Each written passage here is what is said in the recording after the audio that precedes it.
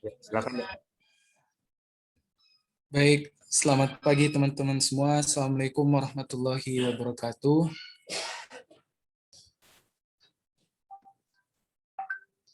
Apa kabar teman-teman semua? Alhamdulillah, puji syukur kita panjatkan kehadirat Allah Subhanahu wa taala karena pada pagi hari ini kita dapat berkumpul secara virtual untuk melaksanakan salah satu agenda kita, yaitu kolaborasi antara UKM Prisma Visip Unhas dan dari teman-teman karakter go.id.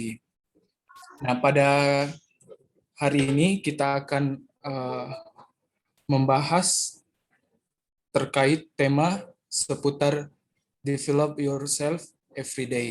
Nah, pada kesempatan hari ini telah hadir di tengah-tengah kita pemateri yang akan sharing kepada teman-teman semua mengenai topik kita pada pagi hari ini. Sebelum itu, izinkan saya selaku moderator akan membacakan CV singkat beliau. Nama lengkap Hari Kuswanto. Beliau merupakan seorang karyawan BUMN dan juga merupakan seorang profesional career coach. Beliau juga bekerja sebagai consulting dan merupakan salah satu penulis buku. Nah, riwayat pendidikan beliau pernah bersekolah di Sekolah Dasar Impres PAI 2 Makassar, SMP Negeri 5 Makassar, SMA Negeri 6 Makassar, dan di tingkat perguruan tinggi beliau pernah mengenyam pendidikan di Universitas Budi Luhur Jakarta.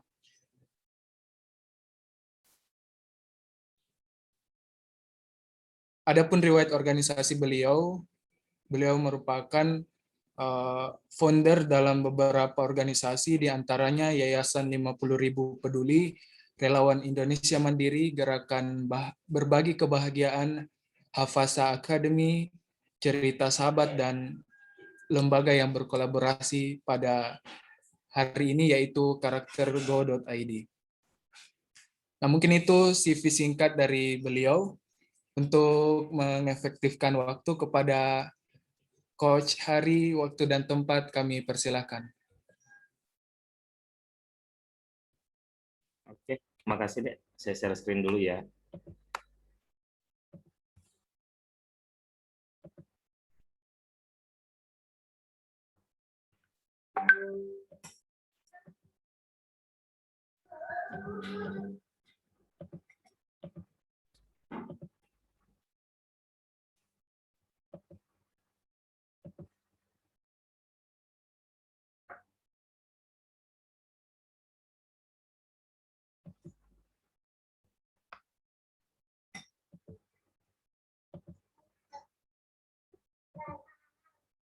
Sudah terlihat?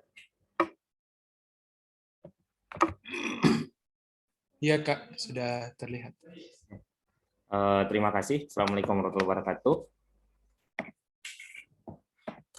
Waalaikumsalam warahmatullahi wabarakatuh.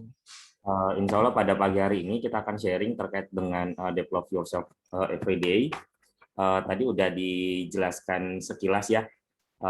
Saya bekerja di salah satu BUMN terbesar di Indonesia. Di samping itu saya juga sebagai entrepreneur, profesional career coach, dan penulis buku. Buat adik-adik yang pengen tahu detailnya, ini alamat sosial medianya saya ya, di Instagram @harikuswanto13. Ini beberapa karya buku yang 2 sudah terbit, satu ini tinggal nunggu waktu untuk launchingnya. Satu terkait dengan I Love Boss, 2 terkait Bos Ismi, dan yang ketiga terkait dengan Kacamata Bos. Bertahan hidup artinya selalu siap untuk berubah, karena perubahan adalah jalan menuju kedewasaan, dan kedewasaan adalah sikap untuk mengembangkan kualitas pribadi tanpa henti. Jadi di sini keywordnya adalah berubah. Seperti dengan kondisi saat ini ya, pandemi seperti ini, kita bisa melihat kepada orang-orang yang tidak bisa berubah, tidak bisa menyesuaikan diri dengan kondisi pandemi, secara tidak langsung dia tidak akan survive. Dia tidak akan bisa mengimbangi kondisi yang ada saat ini. Seperti halnya adik-adik di kampus ya. Ketika adik-adik di kampus yang hanya bisanya belajar offline, bisanya belajar tatap muka, dan ketika belajar daring itu secara motivasi dan secara daya tangkap, daya serapnya itu tidak masuk, itu akan berdampak ke diri sendiri. Jadi paling ditekankan itu bagaimana kita bisa berubah, bisa beradaptasi dengan kondisi atau tuntutan keadaan saat ini. Why? Kenapa sih kita harus berubah? Kenapa sih kita harus mengembangkan diri setiap hari? Ini ada beberapa poin. Yang pertama, supaya memiliki tujuan hidup. Jadi dengan kita berubah, dengan kita mengembangkan diri kita setiap hari, kita tahu nih ending dari kehidupan kita, kontribusi apa yang akan diberikan. Itu yang pertama. Terus yang kedua, kita bisa memberikan motivasi dan dukungan atas apa yang kita inginkan. Jadi setelah kita udah tahu nih ujung kontribusi yang akan kita berikan dalam hidup ini, kita tahu nanti ujungnya itu motivasi, dukungan apa yang bisa diberikan. Dan ini secara tidak langsung akan membuka peluang kita di masa depan. Jadi kalau kita tidak investasi saat ini, nanti ya siap-siap aja kita menyesal di kemudian hari. Mungkin adik-adik bisa melihat ya, orang-orang yang rajin atau luar biasa effortnya saat ini, kita lihat 5-10 tahun ke depan, mereka jadi apa? Coba dibandingkan dengan orang-orang yang mager, ya orang-orang yang senangnya rebahan aja di rumah aja. Nah, itu secara dampak akan kerasa. Kemudian mampu menangani perubahan yang datang. Jadi seperti pandemi seperti ini ya, semakin sering adik-adik mengembangkan diri, itu semakin mampu untuk beradaptasi dengan segala kondisi. Dan yang terakhir, bisa lebih percaya diri. Jadi semakin banyak tekanan, semakin banyak challenge yang adik-adik hadapi, itu akan membuat adik-adik lebih matang, lebih bisa beradaptasi dengan segala kondisi. Waktu yang akan menjelaskan dengan baik ketulusan seseorang, niat baik, dan tujuan-tujuannya. Jika sejatinya memang baik, maka seiring waktu berjalan akan terlihat semakin terang. Sebaliknya, jika hanya topeng, maka seiring waktu berlalu pasti akan terbuka juga. Jadi apapun yang adik-adik lakukan untuk mengembangkan diri ya, salah satu challenge terbesar itu nyinyiran. Apalagi netizen 62 ya, mungkin adik-adik tahu sendiri, ketika kita melakukan A, dia ngomongnya udah macam-macam tuh. Ketika kita melakukan B, ngomongnya pun luar biasa. Jadi melakukan apa aja pasti ada nyinyiran. Dan bukan tugas kita untuk menyenangkan semua pihak. Jadi insya Allah luruskan niat dan tujuan-tujuan yang akan kita tempuh. Nggak usah terlalu memikirkan apa kata orang. Apa kata orang itu hanya reminder buat kita, bukan untuk kita dengarkan sehingga mematahkan langkah kita untuk mewujudkan impian yang kita sudah targetkan. Kemudian apa sih untuk mengembangkan diri? Mengembangkan diri setiap hari itu ada beberapa manfaatnya. Satu, dia bisa meningkatkan kualitas diri kita. Jadi semakin sering kita mengembangkan diri kita, itu akan meningkatkan kualitas diri. Mungkin kualitas ini kan intangible ya, ini tidak terukur. Tapi bagaimana caranya kita bisa dari kejadian demi kejadian itu mematangkan kita, membuat kita makin dewasa. Nah, di sisi lain, secara tidak langsung, kita akan pahami apa sih kelebihan kita dan apa kekurangan pada diri kita sendiri. Karena kalau seumpamanya ada beberapa kondisi, dan itu menyadarkan kita, oh ternyata saya nggak mampu di situ. Pilihannya cuma dua, apakah kita mundur, atau kita belajar untuk memenuhi apa yang diinginkan. Nah, sedangkan yang ketiga, memberi kita kejelasan. Jadi semakin sering kita mengembangkan diri, kita makin jelas nih, oh ternyata saya itu kelebihannya di sini, sehingga saya harus perkuat di sini. Dan yang keempat, memanfaatkan waktu dengan efektif. Jadi kalau terkait dengan manajemen waktu, seperti kalau yang saya alami saat ini, saya secara tidak langsung itu udah nyusun jadwal. Kayak hari ini itu ada 3 pertemuan ya. Pagi ini dengan adik-adik Prisma, terus nanti jam 10 saya ada meeting kantor, terus nanti malam saya ada ngajar via WhatsApp. Jadi udah memanage untuk waktu-waktunya. Dan yang kelima itu tidak pernah kehabisan motivasi. Karena kadang-kala kita kan berharap ada motivasi dari luar nih. Nah, orang yang bertanggung jawab atas diri kita sendiri, itu diri kita sendiri, tidak ada orang lain. Baik orang tua sekalipun, itu sifatnya hanya reminder. Ketika orang tua hanya reminder, keputusan tetap ada di kita, bukan di orang tua. Apakah kita ingin mendengarkan, kita ingin berubah, atau kita ingin seperti apa yang orang tua inginkan? Itu keputusan ada di kita. Dan yang terakhir, memiliki pertahanan diri yang kokoh. Jadi semakin sering kita ditekan, semakin sering kita mendapatkan beragam kondisi, itu akan membuat kita semakin survive, semakin berani untuk menghadapi beragam tantangan ke depannya. Kami tidak mengembangkan keberanian dengan bahagia setiap hari. Kami mengembangkannya dengan melewati masa-masa sulit dan menantang kesulitan. Jadi yang perlu adik-adik garis bawahi, bahwa apapun yang ada di depan kita harus berani. Tapi yang perlu diketahui bahwa ketika kita berani, itu tidak 100% bahagia. Pasti akan melewati masa-masa sulit. Bagaimana dari masa-masa sulit tersebut, kita mengambil banyak hikmah. Kita mengambil banyak hal-hal positif. Disitulah kita wajib mengembangkan diri kita setiap hari. Dan bagaimana sih caranya? Nah, sebelum masuk ke caranya, ada beberapa hal yang menghambat kita tidak bisa mengembangkan diri. Antara lain, kita tidak tahu caranya mendengarkan. Mungkin ada adik utamanya yang di komunitas ya, pernah melihat ada orang itu lebih senang didengarkan ketimbang mendengarkan. Nah, ketika kita salah satu tipikal seperti itu adalah salah satu contoh orang yang bisa menghambat dirinya untuk berkembang. Nah, karena idealnya kita mulai membuka telinga kita untuk mendengarkan masukan-masukan dari orang-orang yang ada di sekitar kita.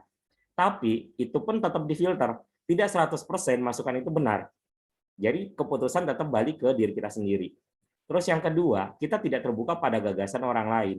Kecenderungannya tipikal orang yang dominan, itu segala sesuatu kacamatanya dia, itu pengen dipakai kepada kacamata semua orang.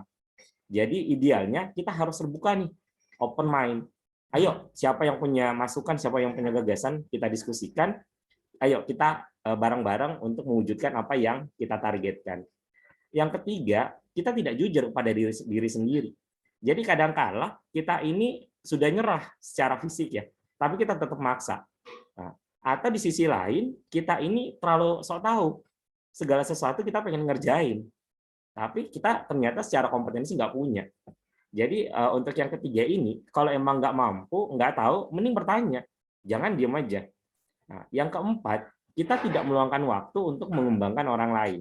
Kalau yang keempat ini sudah masuk ke fase bagaimana orang mau berkorban atau mau membagi waktunya untuk mengembangkan orang lain. Jadi sudah tidak memikirkan siapa dirinya dia.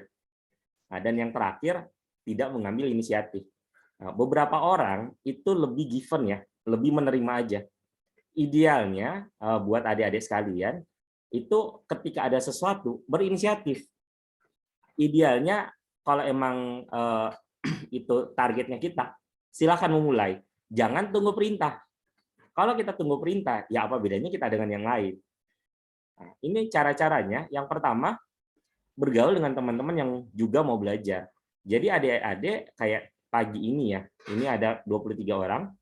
Jadi mau meluangkan waktu ke orang-orang yang mau meluangkan waktu untuk belajar. Bergaulah dengan mereka. Karena komunitas ini adalah salah satu langkah kita untuk mengembangkan diri. Adik-adik masuk di Prisma itu kan karena punya satu visi yang sama, satu misi yang sama. Nah, itu sudah langkah yang bagus ya. Tinggal bagaimana adik-adik berkontribusi, tidak hanya sekedar nama. Kalau hanya sekedar nama, ya apa bedanya adik-adik yang terdaftar di Prisma dengan adik-adik yang hanya sekedar adik-adik yang di Prisma dengan adik-adik yang tidak terdaftar di Prisma. Jadi kita harus bergaul dengan teman-teman, tapi ketika kita udah join di komunitas, idealnya kita memberikan kontribusi, tidak hanya sekedar nama. Yang kedua, membaca buku sebanyak-banyaknya, update. Nah, kalau kayak saya itu salah satu yang sering saya lakukan itu buka Instagram, Facebook. Saya nyari beberapa referensi-referensi yang bisa saya pakai, yang bisa membuat ilmunya saya bertambah, wawasannya saya kebuka. Bukan hanya sekedar lihat nyinyiran, lihat hal-hal yang negatif.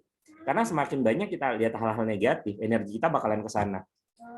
Yang ketiga, kita berinvestasi untuk pembelajaran ya. Entah uang, waktu, dan energi. Karena ketika kita sudah mau berinvestasi, itu adalah salah satu kita mau mengembangkan diri kita untuk sesuatu yang besar di kemudian hari nantinya. Kemudian yang keempat adalah kita harus bisa mengevaluasi diri kita sendiri. Jadi karena salah satu tipikal orang dominan itu kan terasa benarnya kuat ya. Jadi ketika kita bisa mengevaluasi diri kita, kalau kita emang kompeten, kalau emang kita bisa, kita ngomong. Tapi kalau emang tidak bisa, silahkan belajar. Jadi balik lagi yang tadi, ada dua cara. Apakah kita mundur atau kita mau, ya udah saya belajar untuk mewujudkan hal ini. Nah, yang kelima, jadi kadangkala kita kecemplung dulu baru bisa merasakannya, gimana pengalamannya. Contoh, ketika kita ada event seumpamanya, siapa nih yang mau jadi ketua panitia? Ujung-ujungnya kan tunjuk-tunjukkan kan, si A aja, si B aja, si C aja. Kenapa tidak memberanikan diri? Kalau emang kita merasa mampu, kalau emang kita merasa bisa, langsung ajukan diri. Iya, saya siap. Ketika kita sudah menjadi ketua panitia, itu kan banyak ilmu di situ, banyak hal baru yang bisa kita lakukan. Nah, salah satunya bagaimana memanage orang-orang untuk dikolaborasikan, untuk disinergikan, mewujudkan visi misi yang sama. Jadi buat adik-adik, ketika ada tantangan baru, jangan langsung resisten. Karena ketika kita terjun langsung, itu adalah salah satu pembelajaran yang paling efektif. Karena kita langsung praktek ya, bukan hanya sekedar teori. Nah, dan yang terakhir, jangan pernah lupa dengan feedback. Minta masukan dari orang-orang yang ada di sekitar kita. Kira-kira apa yang kita lakukan, ini sudah sesuai, atau ada hal lain yang perlu dikembangkan. Nah, dan yang terakhir, butuh waktu cukup lama untuk mengembangkan potensi diri saya, dan sekarang ketika saya memilikinya, saya tidak akan tinggal diam. Jadi, kadangkala adik-adik ini kan punya potensi yang luar biasa. Belajar dari SD, SMP, SMA, kuliah, terus ikut komunitas, organisasi itu banyak banget. Kalau tanpa action, percuma. Jadi kuncinya ilmu yang dimiliki, kompetensi yang dimiliki, tanpa dipraktekkan, tanpa dibagi, itu percuma. Nah, itu aja dari saya untuk pembuka ya. Kita akan lanjut di diskusi. Terima kasih. Selanjutnya dikembalikan ke moderator.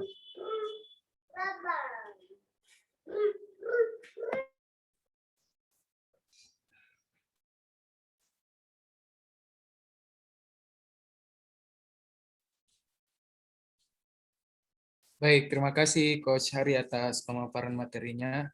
Ya luar biasa teman-teman, kita sudah mendengarkan materi yang singkat namun padat karena berisi, istilahnya berisi daging semua teman-teman. Ya, semoga apa yang beliau sampaikan bisa membantu teman-teman untuk meningkatkan lagi motivasinya dalam hal pengembangan diri. Nah, untuk itu supaya kita lebih mendalami lagi topik kita pada pagi hari ini, selanjutnya kita beralih ke sesi diskusi, sesi tanya jawab. Kami persilahkan teman-teman yang mau bertanya ataupun menanggapi, silahkan langsung saja open mic atau menggunakan fitur raise hand. Yuk, silakan teman-teman dimanfaatkan sesi kali ini untuk lebih banyak berdiskusi.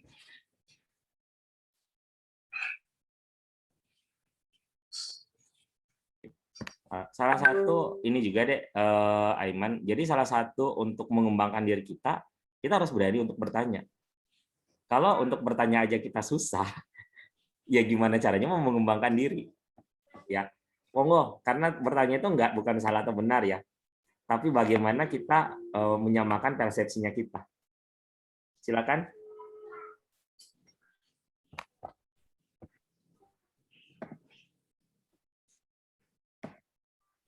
Yuk, teman-teman.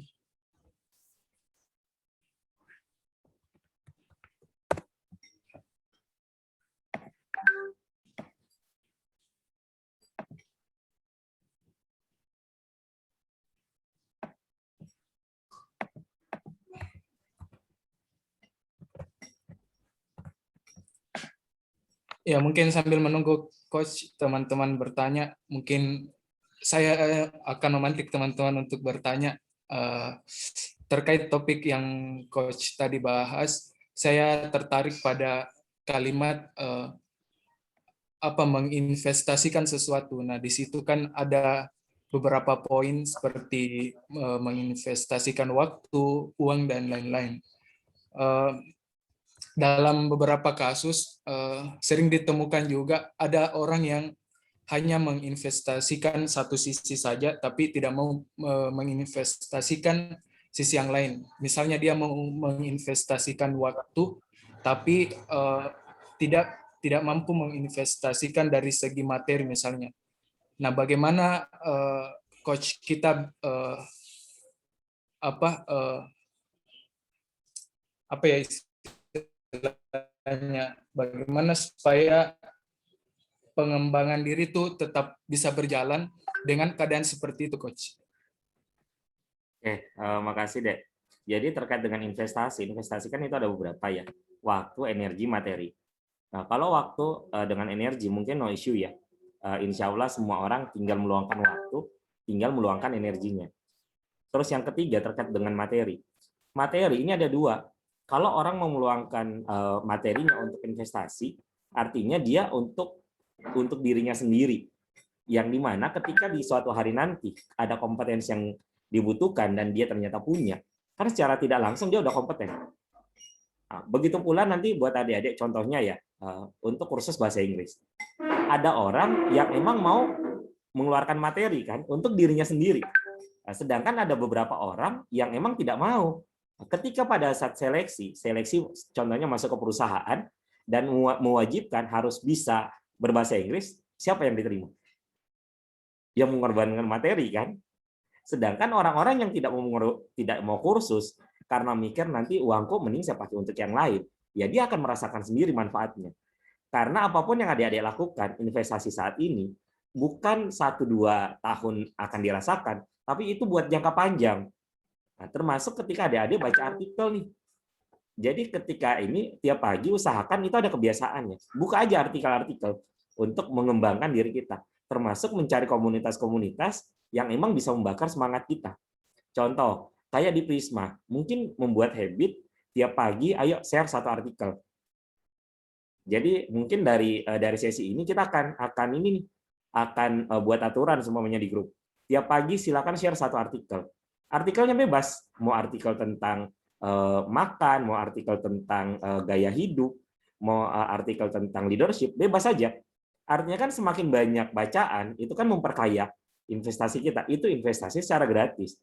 Nah, kalau tadi yang terkait dengan Aiman sampaikan terkait dengan materi, itu tidak semua orang mau mengeluarkan materi untuk dirinya dia. Yang rugi dia sendiri.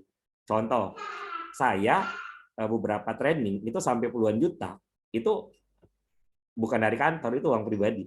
Artinya kan secara tidak langsung saya mau mengorbankan materiku untuk diriku sendiri. Impact-nya sekarang saya dipanggil di mana-mana. Insya Allah nanti minggu depan saya di Jogja UPN. Nah, terus di sisi lain kayak di Loksmawe saya udah langganan. Investasi yang saya keluarkan itu udah nggak ada artinya lagi. Udah jauh yang saya dapatkan dari apa yang saya lakukan ketimbang yang saya keluarkan. Seperti itu. Semoga terjawab ya, Dek.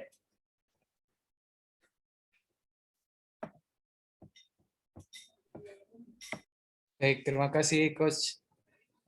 Selanjutnya saya izin membacakan pertanyaan dari teman-teman di kolom chat. Pertanyaannya dari saudari Erika Nurul. Salah satu yang menghambat dalam hal pengembangan diri adalah kurangnya rasa kepercayaan diri. Kadangkala orang merasa seperti ini, Coach. Saya tidak bisa atau ini sulit untuk saya lakukan. Nah, pertanyaan dari saudari Erika, bagaimana sih menumbuhkan rasa kepercayaan diri dan tidak selalu melihat kelebihan orang lain?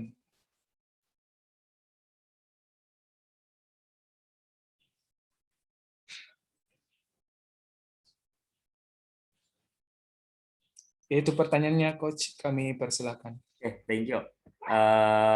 Mbak Erika ya. Jadi gini deh, ketika Erika sendiri itu merasa tidak nyaman atau tidak percaya sama dirinya sendiri, itu secara tidak langsung Erika itu tidak bisa memaksa orang lain percaya kepada diri Erika. Erika boleh open mic?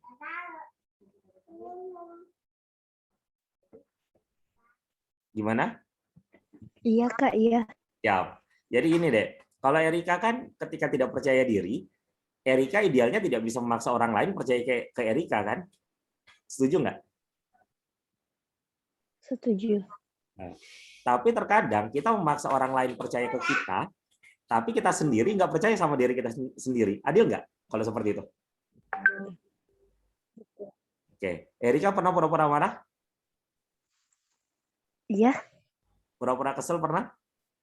pernah. Pura-pura bahagia pernah? Pernah. Oke. Kalau pura-pura percaya diri boleh nggak?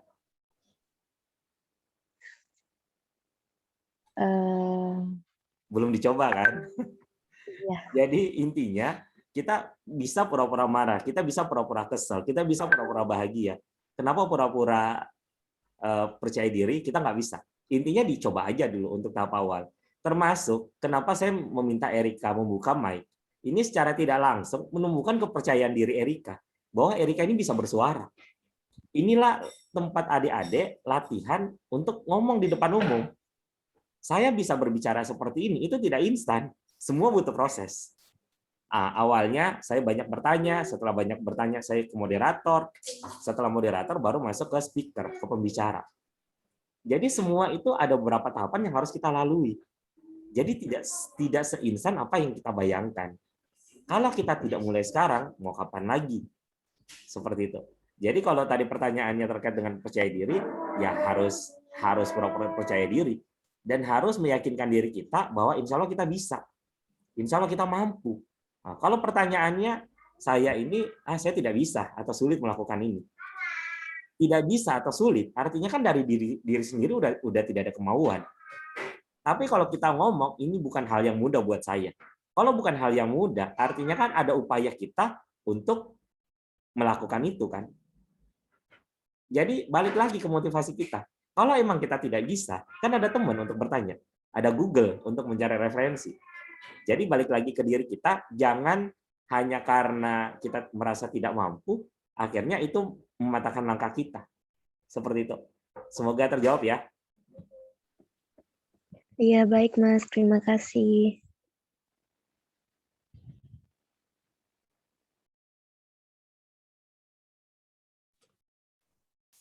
Ya, terima kasih Saudari Erika atas pertanyaannya dan terima kasih juga Coach sudah menjawab pertanyaan dari Saudari Erika. Selanjutnya saya persilahkan teman-teman yang lain untuk bertanya ataupun menanggapi.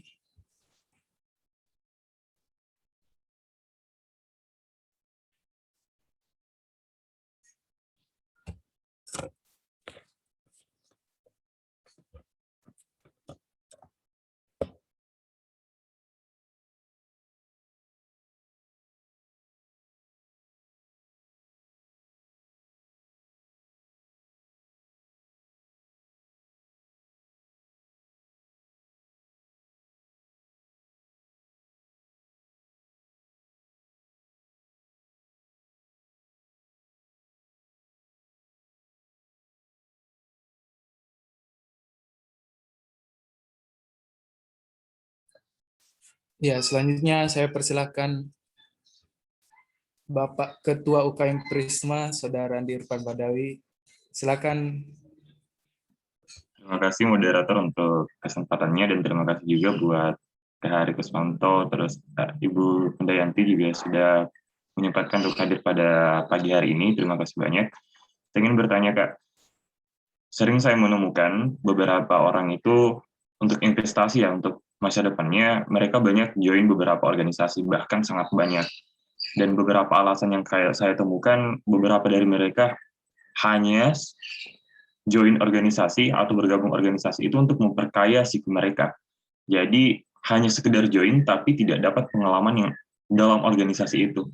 Nah, saya ingin menanyakan Pak, bagi kita, bagi Kakak, untuk alasan join organisasi itu yang paling tepat itu bagaimana? Karena kan beberapa orang alasannya berbeda.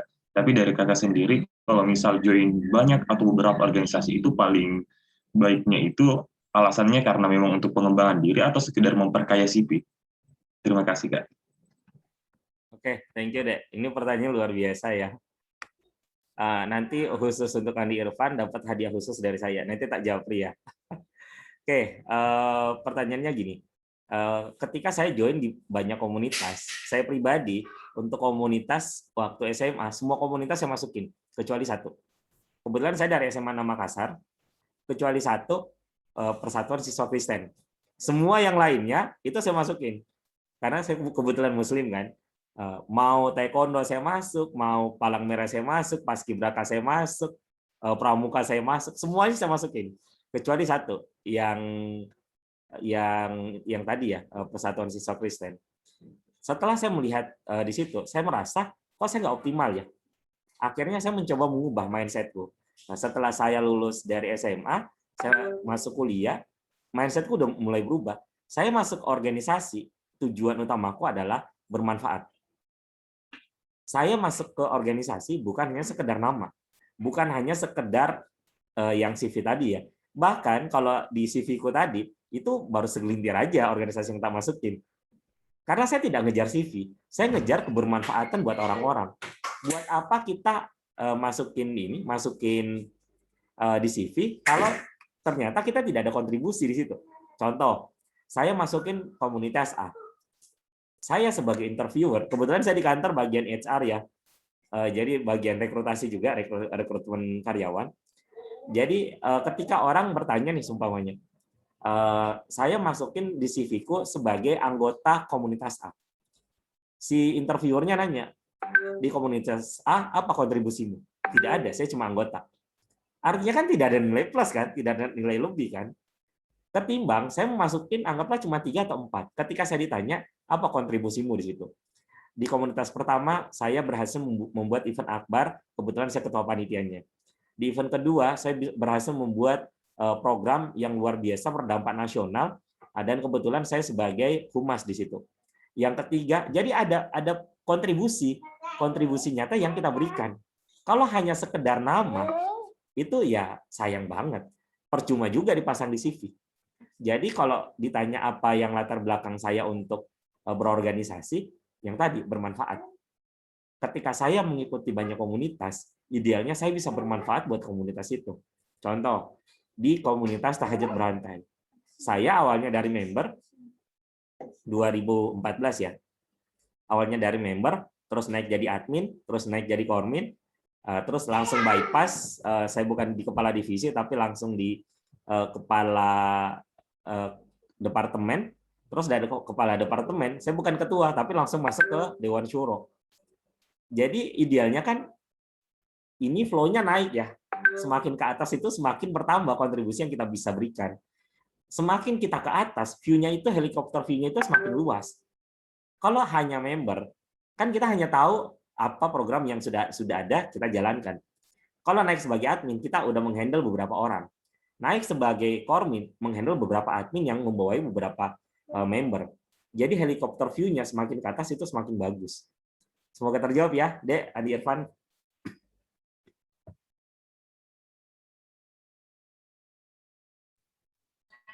Baik, terima kasih Saudara Andi Irfan Badawi atas pertanyaannya dan terima kasih juga Coach atas jawabannya. Selanjutnya kita beralih ke pertanyaan yang lain. Saya izin membacakan pertanyaannya dari teman-teman. Pertanyaan kali ini dari Saudari Nurul Afida yang ditanyakan Coach, salah satu yang menjadi penghambat dalam perkembangan diri adalah munculnya negative thinking terhadap orang lain. Nah, misalnya terkadang kita merasa bahwa seseorang tidak menyukai dengan perkembangan kita, atau mungkin mereka seolah-olah tidak suka dengan perubahan yang terjadi dalam diri kita. Nah, pertanyaannya Coach, bagaimana sih kita menanggapi negative thinking tersebut untuk diri kita sendiri? Silakan Coach. Masih di mute. Pertanyaan bagus nih, Dek. Pertanyaanku satu, boleh open mic? Nurul, gimana, Dek? Boleh open mic? Iya, Kak. Siap. pertanyaanku satu sebelum saya jawab pertanyaannya ya. Matahari tiap pagi ketika sunrise indah atau tidak?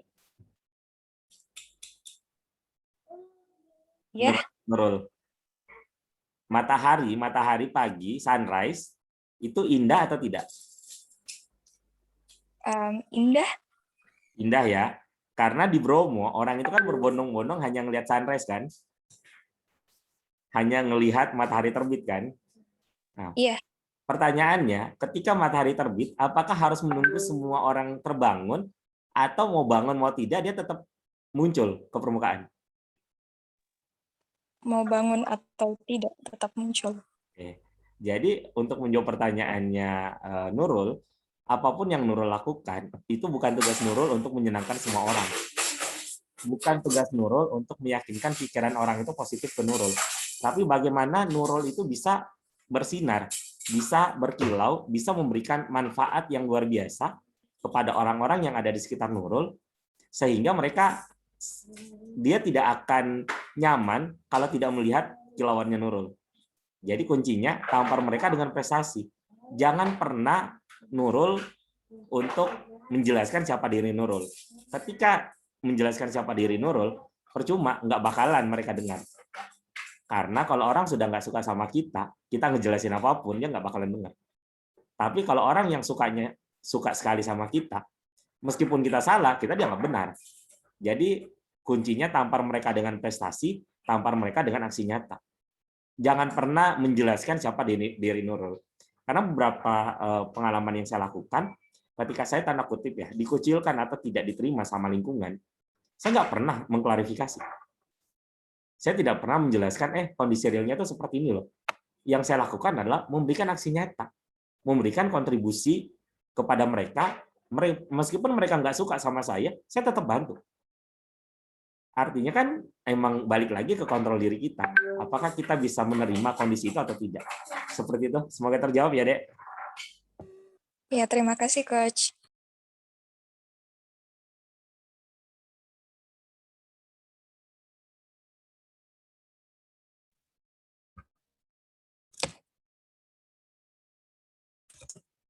Ya, terima kasih Saudari Nurul Afida atas pertanyaannya dan terima kasih juga Coach atas jawabannya.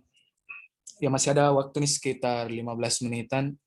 Teman-teman, yuk masih ada waktu untuk bertanya ataupun menanggapi. Ya, izin saya membacakan kembali pertanyaan Coach dari teman-teman. Kali ini dari Saudari Nurul Hidayah. Seperti tadi yang dijelaskan bahwa segalanya kembali kepada diri kita masing-masing. Salah satunya adalah keputusan untuk kita mengembangkan diri. Nah, di sini kita pasti dituntut untuk komitmen dan konsisten terhadap apa yang menjadi usaha kita untuk mengembangkan diri kita. Misalnya harus keluar dari zona nyaman, bagaimana kita menumbuhkan. Misalnya harus keluar dari zona nyaman. Mungkin ini pertanyaannya, bagaimana kita menumbuhkan kedua hal ini, karena pasti kita masih terbayang-bayang dengan rutinitas yang sering kita lakukan. Lebih ke bagaimana kita adaptasi dengan hal-hal baru agar tetap komitmen dan konsisten. Makasih, Dek. Ini siapa yang nanya? Namanya sama ya? Oke, sama-sama Nurul ya. Oke, Nurul Hidayah boleh open mic, Dek? Iya, Kak. Iya, Kak. Siap. Jadi yang pertama terkait dengan zona nyaman ya untuk berubah. Jadi ketika ingin berubah, monggo kalau mau dicatat ada 3 langkah. 1, mau dulu. Kita harus mau dulu. Tapi maunya itu harus diperkuat dengan why. Kenapa? Ketika kita mau berubah, alasannya apa? Ketika kita mau ikut komunitas atau ikut organisasi, alasannya apa? Saya pengen ikut Prisma. Jadi ini masukan juga buat Irfan dan teman-teman ya. Ketika menerima calon anggota, tanya dulu alasannya dia apa. Kalau hanya sekedar pengen nambah CV, kalau cuma pengen hanya sekedar nambah teman, mending nggak usah deh. Yang kita butuhkan itu orang-orang yang mau berkontribusi. Yang kita tanyakan apa kontribusinya, itu yang bisa dia berikan kepada organisasi. di komunitas atau organisasi itu tidak butuh lagi orang-orang yang hanya sekedar pajang nama. Sorry ya kalau saya ngomong gini ya, karena pengalaman saya selama ini di SK kepanitiaan sekalipun itu puluhan orang. Pertanyaannya, apakah kerja semua? Bisa dihitung jari kan yang kerja? Nah, sekarang kita nggak butuh orang-orang yang hanya sekedar pajang nama. Kalau tadi yang pertama kemauan itu perkuat dengan why, kenapanya. Yang kedua adalah komitmen. Ketika kita sudah komit, insya Allah itu secara tidak langsung akan melatih diri kita apakah kita amanah atau tidak. Kalau kita ngomong tapi tidak dijalankan, gimana nanti dia menjadi ketua komunitas, ketua organisasi. Omongannya aja nggak bisa dijalankan. Itu yang kedua. Yang ketiga, istiqomah, berkesinambungan. Karena banyak orang yang bisa memulai, tapi untuk menjaga apinya itu, menjaga semangatnya itu tidak semua orang bisa mempertahankan. Mungkin pernah dengar ya, mempertahankan lebih sulit daripada merebut. Kalau merebut, mungkin kita udah tahu trik-triknya. Oh, kelemahannya dia di sini, ya udah saya ambil. Tapi bagaimana kita bisa mempertahankan ini? Karena situasi di luaran sana itu luar biasa dinamikanya. Nah, itu yang pertama terkait dengan kemauan dulu ya. Terus terkait dengan zona nyaman. Emang banyak orang di luaran sana itu ketika sudah nyaman melakukan sesuatu, itu sudah tidak mau melakukan hal-hal baru. Karena mikir resikonya seperti apa, dampaknya seperti apa. Pertanyaannya, ketika Nurul seumpamanya nih, terus-terusan hanya seperti itu, ilmunya kan hanya di situ. Ketika dia ditekan dengan kondisi yang lain, dia tidak akan bisa. Jadi itu salah satu manfaatnya ketika kita bisa beradaptasi, ketika kita bisa melakukan banyak hal. Ketika kita di-pressure dengan beragam kondisi, insya Allah itu akan mematangkan kita. Contoh, saya tugas di Pertamina, itu udah muter-muter nih. Dari Makassar, Jakarta, terus saya sempat ke Aceh tuh, ke Loksmawe, 2,5 tahun. Terus saya ke Tabalong tuh, sempat tugas di lumayan jauh, agak kiri kanannya itu banyak pepohonan atau hutan lah ya. Jadi kalau perjalanan sekitar 8 jam ke Balikpapan, 5 jam ke Banjarbaru. Tinggal mau milih yang mana. Di Balikpapan, terus sekarang balik lagi Jakarta. Jadi dengan pengalaman saya muter-muter di 4 pulau, otomatis kan saya mempelajari banyak culture, banyak budaya, berinteraksi dengan banyak orang. Itu membuat saya jadi makin matang untuk menghadapi beragam karakter. Kalau kita hanya zona nyaman, saya zonanya itu cuma di Makassar. Ketika saya keluar dari Makassar, itu kan mengusik kenyamanan saya. Pertanyaannya, pilihannya ada 2. 1, apakah kita akan bertahan di situ? Bertahan, ya udah saya nggak bakalan pindah, saya bertahan di Makassar, artinya kan kita tidak akan berkembang. Atau 2, kita masuk ke babak baru, terima tantangan itu, tapi konsekuensinya harus siap menghadapi dengan yang tidak biasanya kita hadapi. Ketika saya mutasi dari Makassar ke Jakarta, saya itu kurang lebih sebulan sempat demam ya. Karena shock dengan kondisi yang luar biasa. Seorang diri menghadapi gemerlapnya ibu kota ya, dengan dinamika kerjaan yang luar biasa. Dan itu jadi membuat saya matang. Ketika saya ditugaskan ke Aceh, karena saya udah pernah merasakan luar biasa effort di Jakarta ya, jadi di Aceh biasa aja. Pas ke Tanjung jadi biasa aja, karena saya sudah pernah merasakan titik yang tertinggi. Nah, makanya kalau kita terlalu nyaman di zona kita, ya siap-siap aja, nggak bakalan dapat banyak ilmu. Kemudian, mana tadi? Yang ketiga, bagaimana menemukan kedua hal ini terbayang-bayang rutinitas yang sering kita lakukan. Oke. Cara untuk beradaptasi, ini kata Albert Einstein ya. Orang yang akan survive di kemudian hari bukan orang pintar, bukan orang cerdik, tapi orang-orang yang bisa beradaptasi. Seperti pandemi seperti ini ya. Coba dicek perusahaan-perusahaan yang tidak bisa menyesuaikan diri, itu secara tidak langsung akan akan gulung tikar. Tapi ketika perusahaan-perusahaan tersebut bisa beradaptasi, dia akan survive. Kuncinya di situ. Semoga terjawab ya, Dek. Baik, Kak. Terima kasih. Terima kasih Saudari Nurul Hidayah atas pertanyaannya, dan terima kasih kembali Coach atas jawabannya. Ya, silakan teman-teman kalau masih ada yang mau bertanya. Itu masih ada satu pertanyaan. Oke, Kak. Saya izin bacakan pertanyaan dari Saudara Berkat X Saudi Sihombing. Seperti yang kita ketahui bahwa keluarga adalah lembaga pertama dalam menentukan pola perkembangan anak. Sementara banyak orang tua yang menuntut si anak untuk berkembang sesuai dengan keinginannya, bukan sesuai dengan kemampuan si anak. Nah, pertanyaannya, Coach, bagaimana kita sebagai anak dalam mengembangkan diri di tengah kondisi tersebut? Oke, saya baru ikut kemarin tuh. Tunggu ya.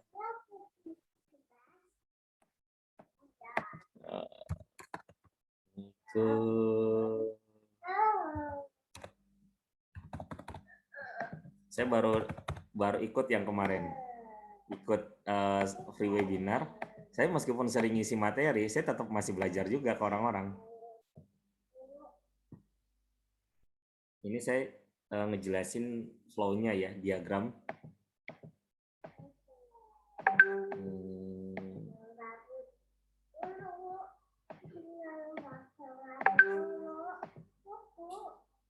Oke, ini sambil nyari grafiknya ya.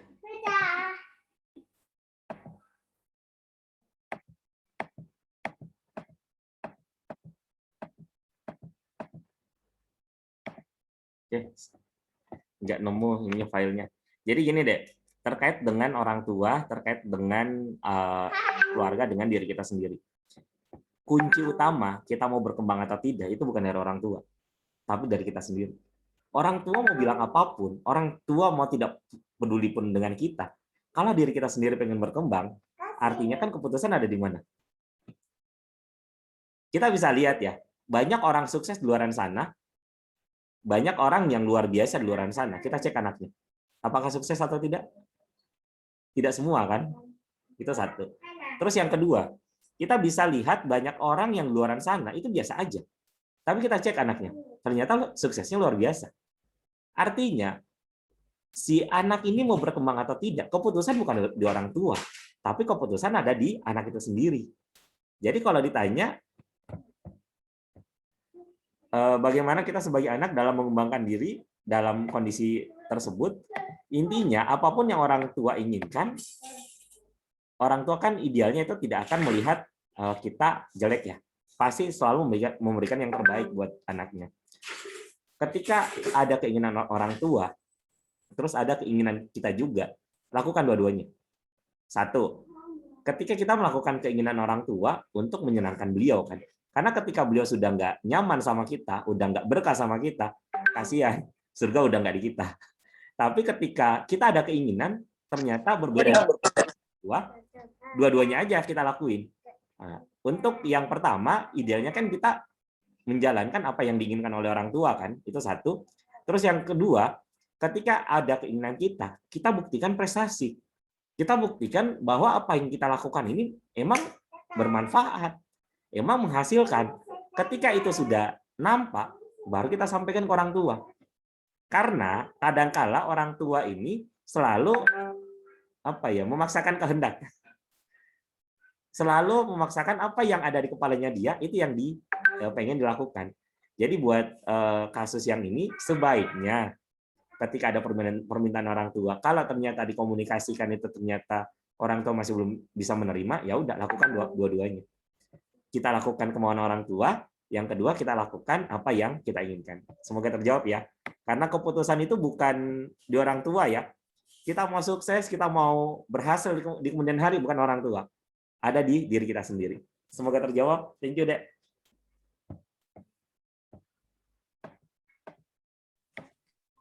Thank you, Coach, atas jawabannya. Ya, kami kembalikan ke saudara penanya. Halo, Saudara Berkat. Mungkin masih ada tanggapan? Ya Kak, terima kasih untuk jawabannya Coach. Ya, thank you. Karena udah mendekati jam 10, Saya izin closing statement aja ya. Nanti kalau ada yang mau ditanyakan boleh di grup. Nanti biar kita diskusi lewat WA. Kan nanti masih ada sesi-sesi berikutnya juga kan. Nanti bisa di sesi berikutnya kalau ternyata di sesi kali ini masih belum terjawab. Closing statement dari saya, ayo kembangkan diri kita. Yang pertama yang tadi ya, bergaul dengan orang-orang. Jadi adik-adik masuk ke Prisma ini udah satu langkah yang membedakan adik-adik ketimbang orang lain. Jadi adik-adik udah berada di jalan yang benar nih, join di komunitas ada di Prisma. Tapi ada tapinya, join di Prisma bukan hanya sekedar nama, ya. Pertanyaannya, kontribusi apa yang bisa adik-adik berikan buat Prisma? Kalau hanya sekedar nama, apa bedanya adik-adik yang join di Prisma dengan adik-adik yang ada mahasiswa yang ada di luar yang tidak join ke Prisma? Idealnya kan kita harus ada pembeda kan antar satu dengan yang lain. Itu satu. Terus yang kedua, setelah udah dapat komunitas, ayo rame-rame berembuk nih kira-kira apa yang akan kita create.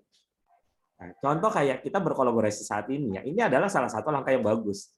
Memperluas jaringan, meningkatkan skill-nya kita.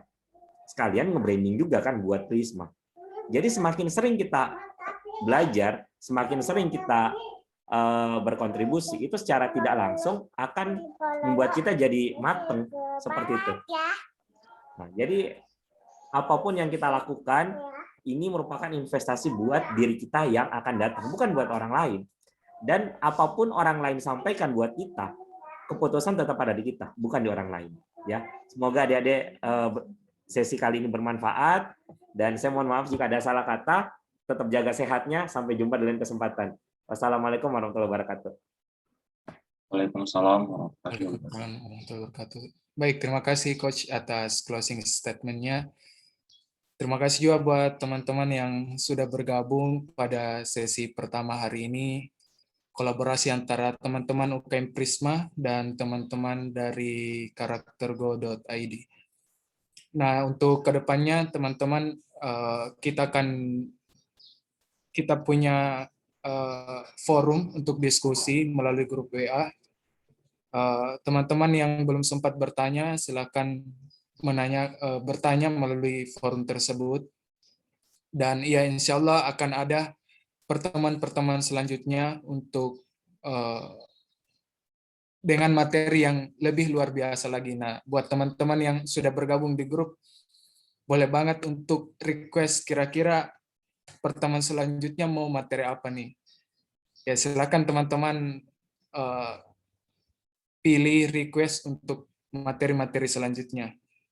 Sekali lagi terima kasih Coach dan teman-teman. Saya mohon izin juga sebagai moderator, mohon maaf apabila ada kesalahan pada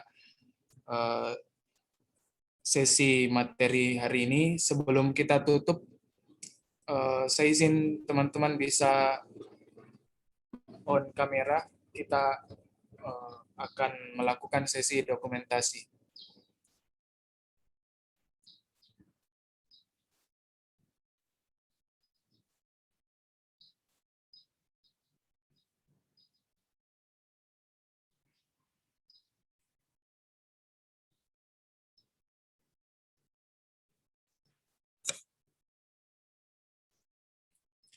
Ayo teman-teman yang belum on kamera, silakan supaya bisa on cam untuk sebagai dokumentasi kegiatan kita pagi hari ini.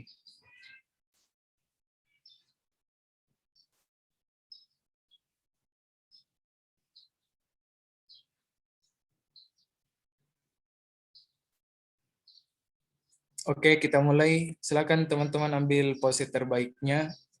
Saya hitung mundur. 1, 2, 3. Oke, slide kedua.